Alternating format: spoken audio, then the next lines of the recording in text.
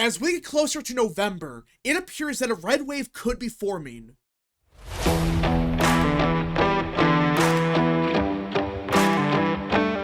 What is up, people of the internet? It is me, Real American, back in with a new video, and today we have to talk about the 2024 presidential election because it appears that a red wave could potentially be forming. Now, I understand that sounds crazy. After all, the last time we said a red wave was going to happen was in 2022, and well, it never happened. It was a complete disaster. Republicans barely won back the House. It was a big disappointment. So I know people are kind of skeptical to say that maybe there could be a red wave. And I'm not even saying that it's a guarantee that there will be a red wave like we expected back in 2022. But I'm just saying that I believe there's a possibility that we are beginning to see some kind of red wave forming. Now, this doesn't mean get complacent and expect a red wave. I'm not saying that at all. I'm just saying right now, it looks like there is a trend towards a potential red wave. That's the key word, potential. If people get out and vote, there could be a red wave in 2024. All right? I'm not saying it's a guarantee, but you look at the current state of the race and how things are trending, it is bad for Democrats. I'm not exaggerating when I say this is DEFCON 1 for the Democrat Party. Look at this. We have updated early voting numbers out of Pennsylvania, and by some miracle, it got even worse for them. Look at this. For the first time possibly ever, the Republican Party cracked 30% of the early vote in Pennsylvania. Democrats have fallen below 60%. Just for context, just a couple weeks ago, Republicans made up only like 22% of the early vote, and Democrats made up like 69%. Yeah, 2 weeks ago, it was D plus 47. Now, it's barely D plus 29. A 20-point shift in just 2 weeks. And it's not just Republicans had one really good day and that's it. No, every single day it's been a consistent trend. Democrats go down by like a point, Republicans go up by a half a point. Every single day. I'm not exaggerating. Look at this. Every day it's been Republican gain, Republican gain, Republican gain. This is not good for Democrats whatsoever. Because it's not just Republicans are overperforming, it's a fact that they're surging. And they're actually accelerating the trends the closer we get to election day. So there's a good chance that 34% of the early vote could be of Republicans in Pennsylvania. Compare that to 2022 and 2020. Back in 2020, Democrats led the early vote by 41 points. In 2022, it was even by a wider margin, 47 points. Right now, Democrats are barely up by 29%. If that, they're actually below 29%. If the trends keep up, Democrats may have a 25-point lead in early voting. Yeah, that's it. In Pennsylvania for Democrats, that's a disaster. And it looks like that's going to continue to happen. Republicans are going to keep going up, while Democrats, they're crashing right now. And it's not just the returns. Look at the requests. The requests every single day has swung Republican. That means Republicans are requesting ballots at way higher rates than Democrats. That's actually what's happening. Just raw request-wise, Republicans are out-requesting Democrats in Pennsylvania. This is not good for Democrats because they need to have a huge lead in early voting, especially in Pennsylvania. Without it, they can't win. They cannot win Pennsylvania without a huge lead in early voting. And right now, they not only don't have that big of a lead, it's actually getting worse for them each passing day. And this is just one state. You look at places like Nevada. Look at this. In-person early voting, Republicans the last day gained 17,000 votes. Democrats didn't even gain 9,000. Yeah. Republicans outgained Democrats and independents combined yesterday. But just keep going. North Carolina. For the first time possibly ever, Republicans are outvoting Democrats in North Carolina. Yeah. And just like Pennsylvania, the trends are against the Democrat Party. Republicans are gaining every single day. And not just by 0.1%. It's a half a point, 1%. It just keeps going up and up and up for Republicans. The Democrats, they're trending downwards. Compare that to 2020 and 2022. Democrats were at 37% of the early vote in 2020, 38% in 22, and in 2024, they're not even at 34%. If trends continue, they could possibly fall below 33%. These are three separate states in early voting that all show the same thing. Republicans are overperforming and they're gaining momentum in the early vote, and not just in one or two states. Every single state in early voting, whether it's Florida, Georgia, Wisconsin, Michigan, Arizona, New Mexico, Minnesota, Colorado. Yeah, states like Colorado, New Mexico, Republicans are overperforming and they're surging. Now, that doesn't mean Republicans will win New Mexico or Colorado. I'm not saying that. But there's a consistent trend. Republicans are overperforming and they're going up every single day. Not just in swing states, not just in Republican states, but even in some Democrat states, they are surging at the right time. And for those that don't believe me, look at this. We have updated numbers out of Virginia, not really a competitive state, at least on paper it shouldn't be, but right now, Republicans make up 41% of the early vote. Compare that to 2021, 22, and 23. Look at this. Republicans have not cracked 40% on the same day in those years. Yeah, this is the best Republicans have ever done, at least in the last 4 years, in Virginia, on this day. Yeah, they are cracking 41% or about to. This is a big deal because we're not talking about a very competitive state, at least on paper. This should have been a very Democrat state, or at least, it leans to the left, right? Everyone can agree at the bare minimum, Virginia leans to the left. So theoretically, the early vote in Virginia should be pretty good for Dems. But right now, it's not.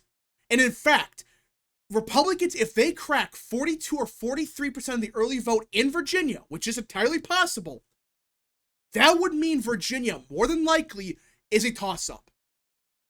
I'm not saying Trump's going to win Virginia, but that's what the numbers suggest. If he cracks, or Republicans crack 41, 42, 43%, there's a good chance Virginia is too close to call on election night. I know that sounds crazy, but it seems like even the Trump campaign, they're starting to believe that something's happening in a place like Virginia. Look at this. Trump put out this statement just yesterday, and it took the world by storm. And what he said was, Virginia early vote is looking tremendous enough for the GOP, that perhaps Laura is not the only Trump you will see in the Commonwealth before Election Day. For those that don't know, Laura Trump is in Virginia. She's holding a bunch of events for the GOP there, but it sounds like the Trump campaign, they really believe that they have a chance in Virginia. It appears that they're seeing the same numbers that people like Christian Hines are finding, where Republicans, they're surging in the early vote. And it's getting so good for the GOP that, you know what? Why not we try a rally here? Like, okay, we may not win Virginia, but if Trump were to pull off the upset in Virginia, this election is over. And at that point, he is winning states like Pennsylvania, North Carolina, Michigan, Wisconsin. Places like Minnesota and New Hampshire would be a lot closer than they should be. And by the way, there's polls out of New Hampshire just yesterday that has the race within 3 points. Yeah, New Hampshire, a Democrat trending state that Biden won by over 7 points back in 2020. Yeah, it's within like 3 to 4 points, according to Emerson. Listen, if New Hampshire's really within 3 to 4 points on Election Day, we're not talking about just a Trump win. We're talking about a red wave. In that scenario, Trump is probably going to carry Virginia. He's very competitive in places like Minnesota and New Mexico. He's sweeping the swing states. You're talking about a disastrous night for the Democrat Party, if New Hampshire is really that competitive compared to 2020. But it looks like, yeah, these Democrat-leaning states like Virginia, like Minnesota, like New Hampshire, which, again, I'm not saying they're going to vote for Trump, but it looks like at the bare minimum, they're much more competitive than they should be. And for those that don't believe me that a red wave could be possibly forming, like, okay, the data looks really good for Republicans, whether it's the polls, which, by the way, the updated RCP average right now shows a tied race. That's not a misquote. Right now in the RCP average, it's a tied race, with Trump clearly going up in support while Harris is going down. Her numbers are crashing. But fine. This all could be a fluke. Maybe early voting's a fluke. Maybe the polls are going to actually overstate Trump this time, which has never happened.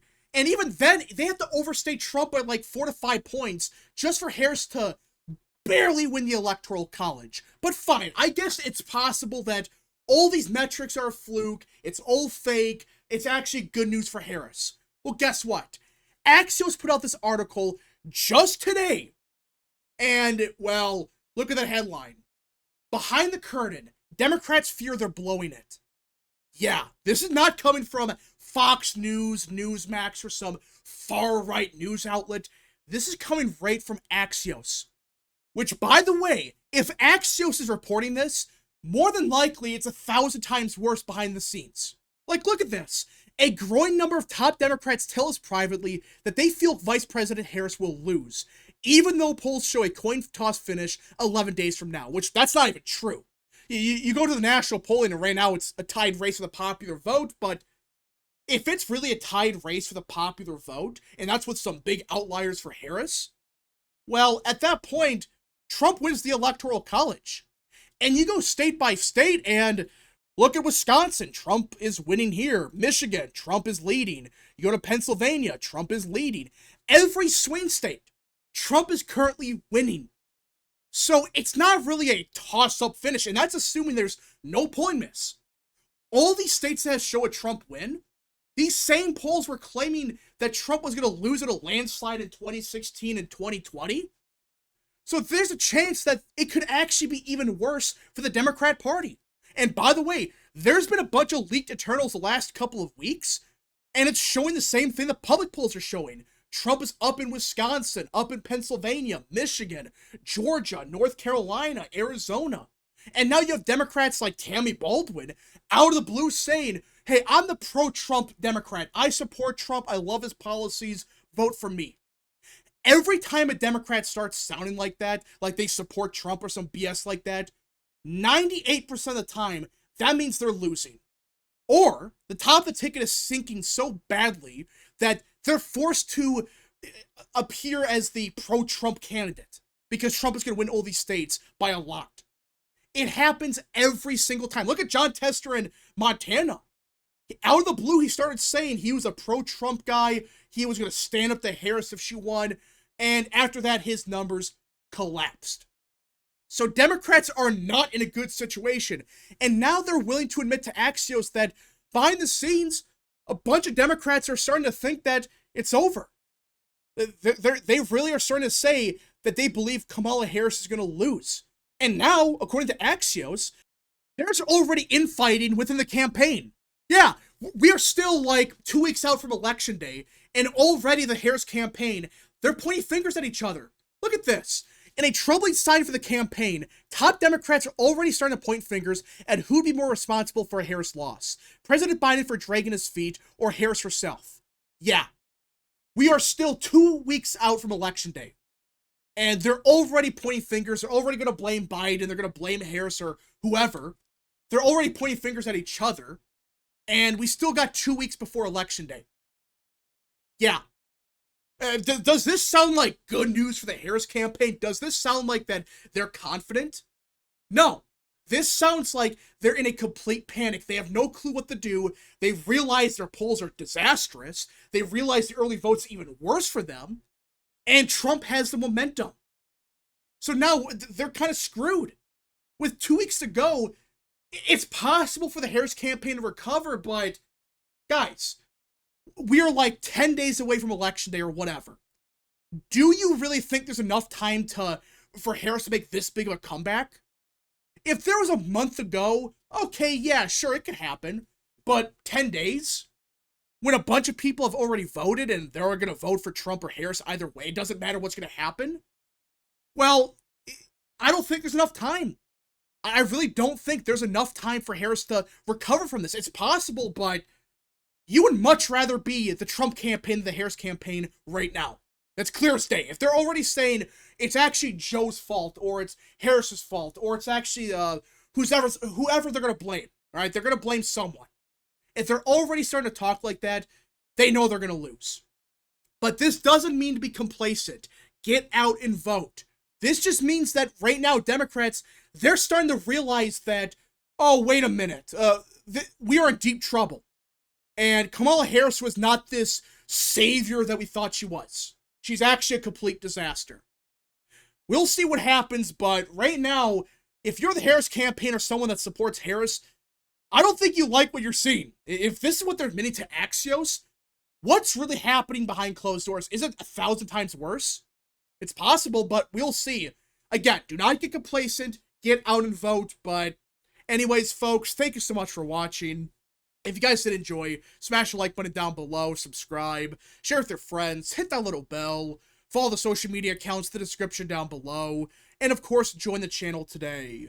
Godspeed to all of you.